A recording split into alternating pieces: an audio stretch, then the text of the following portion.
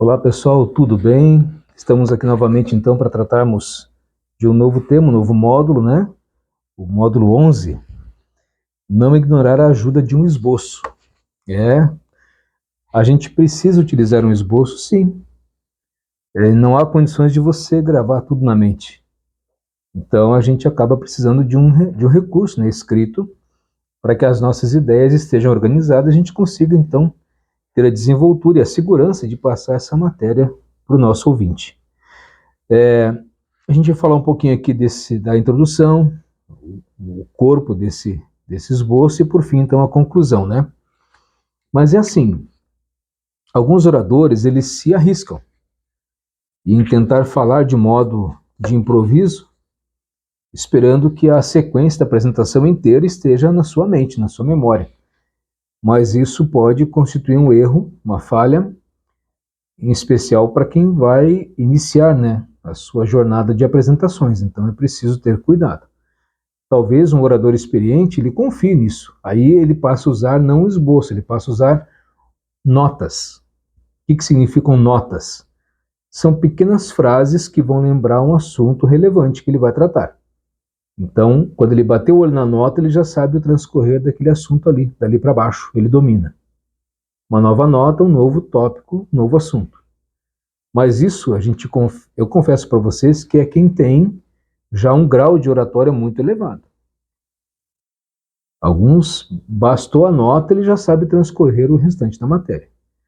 Mas, via de regra, oradores menos experientes, até os iniciantes, eles usam manuscrito. O que é o manuscrito? É todo o discurso ali, toda a parte, palavra por palavra que ele vai dizer. Isso é uma margem de segurança que ele quer ter. Aí você já avança um pouquinho mais, então você sai do manuscrito e vai para o esboço, que já é dividido em tópicos. Não necessariamente cada palavra que você vai dizer, mas as sentenças, as ideias estão todas ali agrupadas em tópicos. E aí você tem essa margem de segurança para você trabalhar, tá? Então fazer um esboço, ele não é demérito para nenhum orador. Claro que não. É um recurso oratório que a gente pode e deve usar. Agora, como dissemos, né, não confunda o esboço com o manuscrito. Porque no começo, talvez você se obrigue a usar um manuscrito. Cada palavra ali que você vai dizer.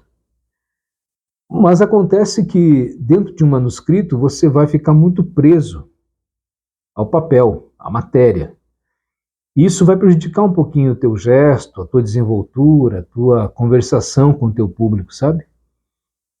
Ao passo que um esboço está agrupado em ideia sequencial, são as ideias que você vai expor. Manuscrito não, é cada palavra. Então, com o tempo, você vai conseguir então trocar, né, o manuscrito pelo esboço. E mais para frente ainda você vai conseguir trocar o esboço pelo uso de notas. E aí sim você está dentro de um patamar muito bom de oratória. E há aqueles que realmente fazem de improviso. Dá um tema para o cara e ele vai transcorrendo ali. Um assunto liga no outro, uma ideia liga na outra e ele vai transcorrendo ali uma hora frouxo, tranquilo para fazer. Mas aí já é quem tem uma rodagem muito grande, uma desenvoltura com o público. Assim, é diferente já, né? Já é um outro patamar de oratória para quem faz realmente de improviso. Ok? Então, vamos aqui pensar no nosso esboço. A gente vai dedicar um tempo para a introdução e para a conclusão, mas a gente vai falar agora um pouquinho do corpo desse esboço, tá? Como é que você vai estruturar as ideias. Depois a gente vai citar para você a introdução ali, com várias dicas para você elencar ali na tua sequência de ideias, e também uma conclusão, tá bom? Bem, com respeito a esse corpo do esboço, você tem que ali dentro dele organizar as ideias. Qual é a estrutura de um esboço? Bom, obviamente, primeiro você tem a introdução, tá certo? Aonde você vai tentar cativar a atenção do teu ouvinte. Aí depois vai vir esse corpo do discurso. É onde geralmente você gasta mais tempo. Por quê? Porque ali você tem o conteúdo, né, massivo da tua parte. É ali que você vai desenvolver as ideias, argumentos, e aí você precisa, então, gastar um pouco mais de tempo nele. Como que você pode organizar as ideias dentro de um esboço? Então imagine que existe um tema principal, você faz uma introdução, e agora você vai colocando ali alguns tópicos, subtópicos que você vai tratar. Então você pode muitas vezes quebrar ele em vários tópicos, tá bom? Vamos aqui dar um exemplo para você montar esse esboço. A, a linha de montagem de um esboço, você tem que estruturar, como dissemos então, subtópicos. Vamos usar um exemplo aqui da apresentação de um relatório de vendas, tá? Quando você pega a fonte de matéria, o relatório de vendas, ele é um relatório macro. Então, digamos que vai sair um relatório específico de quanto a empresa produziu naquele semestre ou trimestre, enfim. Aí está tudo lá colocado sobre ideias macro. A empresa faturou tanto, vendeu tanto, a expectativa de crescimento foi de tanto, tarará. Uma ideia macro. Mas agora você consegue ir quebrando um pouquinho essa apresentação.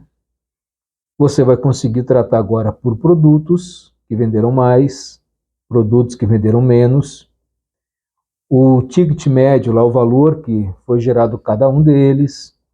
Você consegue verificar qual a região geográfica que mais vendeu. Você consegue dizer que grupo, que classe social comprou mais. Você consegue trazer a informação de qual faixa etária está consumindo mais, aonde que você ganhou ou perdeu o número de clientes, como é que está o teu market share, né, a tua participação naquela cesta de produtos em comparação com teus concorrentes.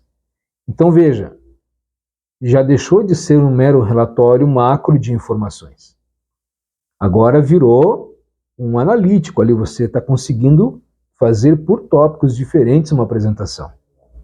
E depois disso você vai para a conclusão dele. Em resumo, então, o que vimos aqui, tal coisa.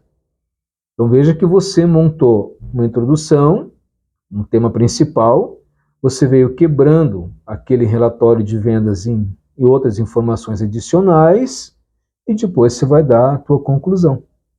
Tá certo? Então essa é a ideia, né? Você faz de um único tema uma quebra de tópicos para que você possa ir apresentando dados que vão, né, enchendo, corroborando a informação do tema principal. A gente vai entrar agora no outro tópico que envolve a introdução e a conclusão, tá? Porque eles vão compor o teu esboço como um todo. Então, nós costumamos dizer que a introdução, na verdade, ela é a chave do sucesso. Por quê? Porque é nela que vai iniciar tudo.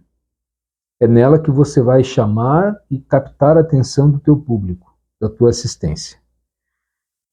Alguns lugares, alguns tipos de introdução já envolvem você entrar agradecendo e cumprimentando. Então vamos supor que você participe de um simpósio, de uma entidade qualquer aí, seja medicina, seja seguro, advocacia, entidades de modo geral, autoridades. Então, normalmente você vai entrar na tua introdução agradecendo a oportunidade, vai cumprimentar os pares ali, vai cumprimentar as autoridades e vai dizer que você se sente realmente, é um prazer para você estar ali, podendo contribuir um pouco com o conhecimento ou esse interconhecimento do público que ali está presente. Aí você vai entrar na matéria de fato. Quando você vai entrar na matéria de fato, aí vem a tua introdução da matéria que você vai abordar. Então, o que a gente pode fazer para chamar a atenção do nosso público quando eu vou fazer a introdução da matéria? Algumas dicas aqui que vão se seguir que a gente pode utilizar, tá bom? A primeira dica é contextualização. Por que contextualizar? O que é isso? É explicar o porquê aquele tema é importante e qual o benefício daquele tema para o público que ali está presente. Então eu vou contextualizar o tema com a matéria que eu vou apresentar. ok? Normalmente você também pode, em alguns casos, exige que você faça uma apresentação de você mesmo, né? Uma apresentação do orador. Então aí envolve, às vezes, falar um pouquinho do palestrante, a experiência dele, usar uma notícia recorrente para aumentar a credibilidade, a confiança daquela matéria que você trouxe, porque ela é relevante para aquele público, tá bom? Estabelecimento de relevância da matéria, acabamos de falar sobre ela. Estabelecer uma relevância, sim.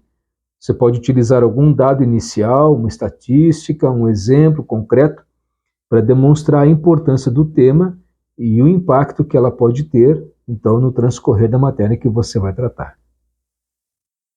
Também você tem que ter uma narrativa envolvente. Você pode usar isso como recurso. Você pode começar a introdução com uma história, uma experiência que desperte a curiosidade e interesse do público na matéria que vem depois.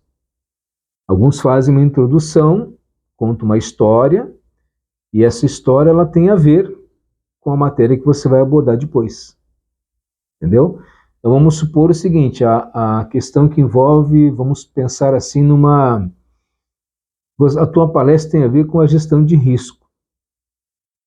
Você vai falar sobre o que a gente já usou o exemplo antes na segurança do trabalho, numa empresa.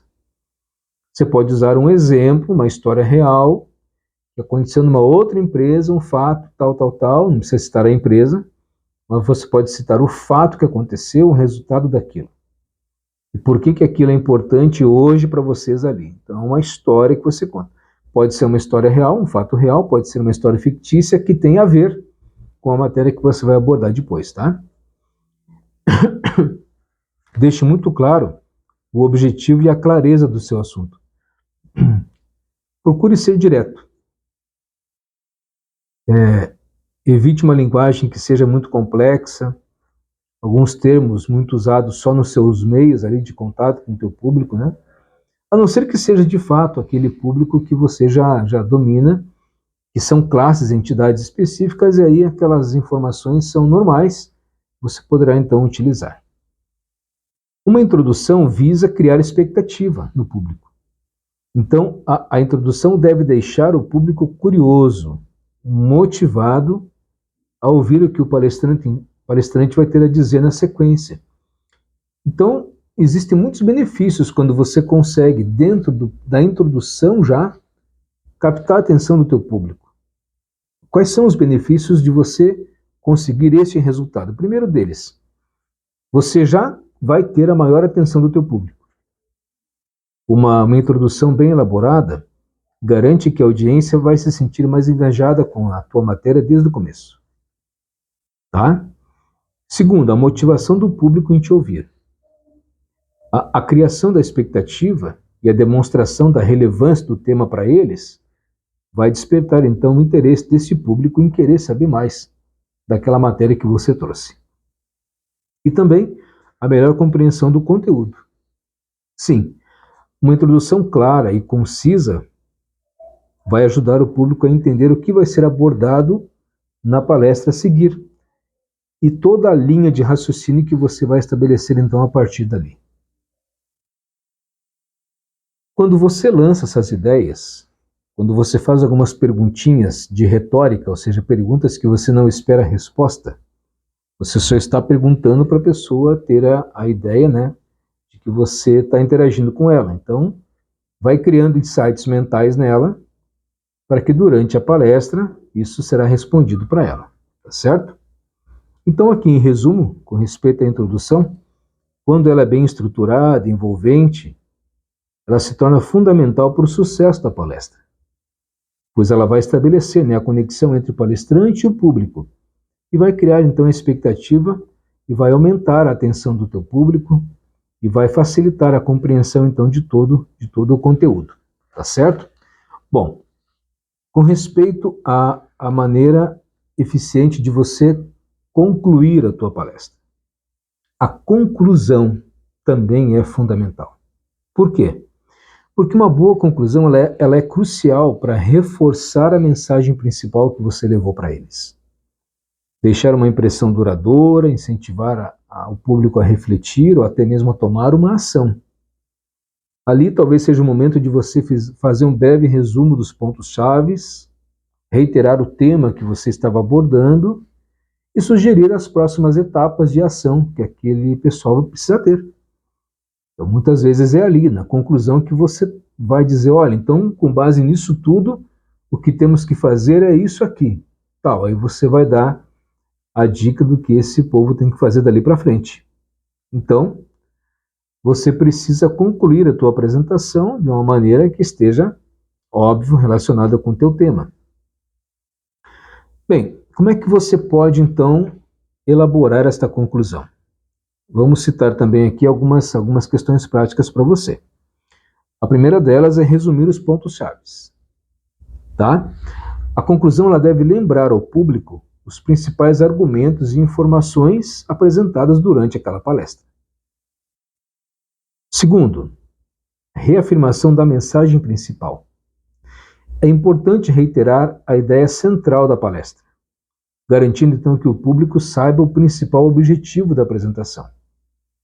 Teve um tema e teve uma ideia principal que você quis passar com aquela informação. Deixe claro que informação é essa. Terceiro, chamar o público então para a ação ou para a reflexão.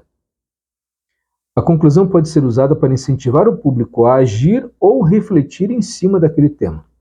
Vai depender muito do objetivo da tua palestra. Mas geralmente é isso, né? Reflexão ou ação. Ou você pode usar a conclusão para sugerir os próximos passos. O que seria isso, né?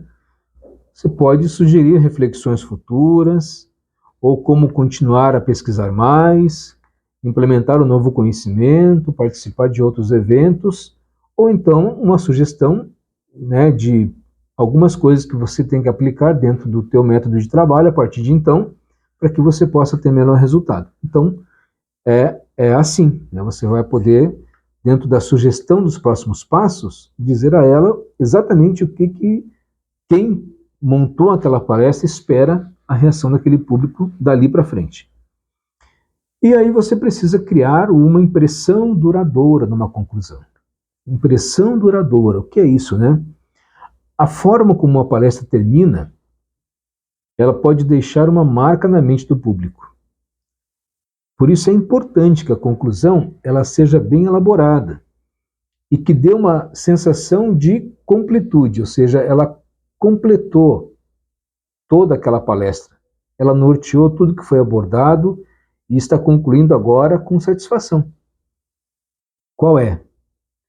Introdução, corpo, conclusão, aonde as pessoas vão refletir ou tomar para si uma ação futura.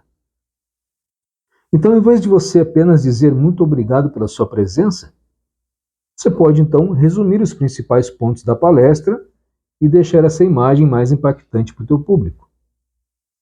Se a palestra tiver um objetivo de mudança de comportamento, mudança de postura, você tem que deixar isso claro para o teu público. Então a palavra final é de encorajamento para implementar as ideias e mudanças sugeridas. A próxima ação que a gente espera desse público é que eles acatem as sugestões dadas, porque a ideia aqui é mudança. Se a palestra for informativa, aí você pode sugerir leituras, recursos adicionais para quem queira se aprofundar mais naquele assunto. Você não conseguiu abordar todos os aspectos daquela matéria. Então você está sugerindo que a partir de então, aquela matéria foi uma introdução para que as pessoas busquem mais informação acerca daquele tema. E por incentivar as pessoas a fazer e como fazer, muitas vezes a pessoa não sabe como fazer, né? Então a conclusão pode dar esse norte. Então, olha, a partir de hoje, os próximos passos que a gente vai tomar serão esses, dessa forma, dessa forma, dessa forma. Pronto, aí a conclusão acaba fechando ali, selando o assunto como um todo, né? É importante que a conclusão ela tenha um ar de conclusão, tá? Ela não pode, você não pode ter um tom de que ainda vai transcorrer matéria para frente. Conclusão é conclusão, tem um ímpeto maior, você consegue dar no teu tom de voz uma dinâmica de que você está concluindo o teu discurso. E o teu público vai perceber isso. Então, você tem que dar indícios de que a tua apresentação ela está entrando então na reta final. Finalize essa matéria com um tom, né, de que realmente você pode estar indo para o final na mudança de tom. Ela pode ser um tom mais afável, conforme o tipo de palestra, ou ela pode ser um tom mais enérgico, conforme o tipo de palestra também. Um tom mais convicto. Em resumo, né, uma boa conclusão é essencial para fechar a palestra com chave de ouro, deixando então uma mensagem clara e memorável então para o seu público.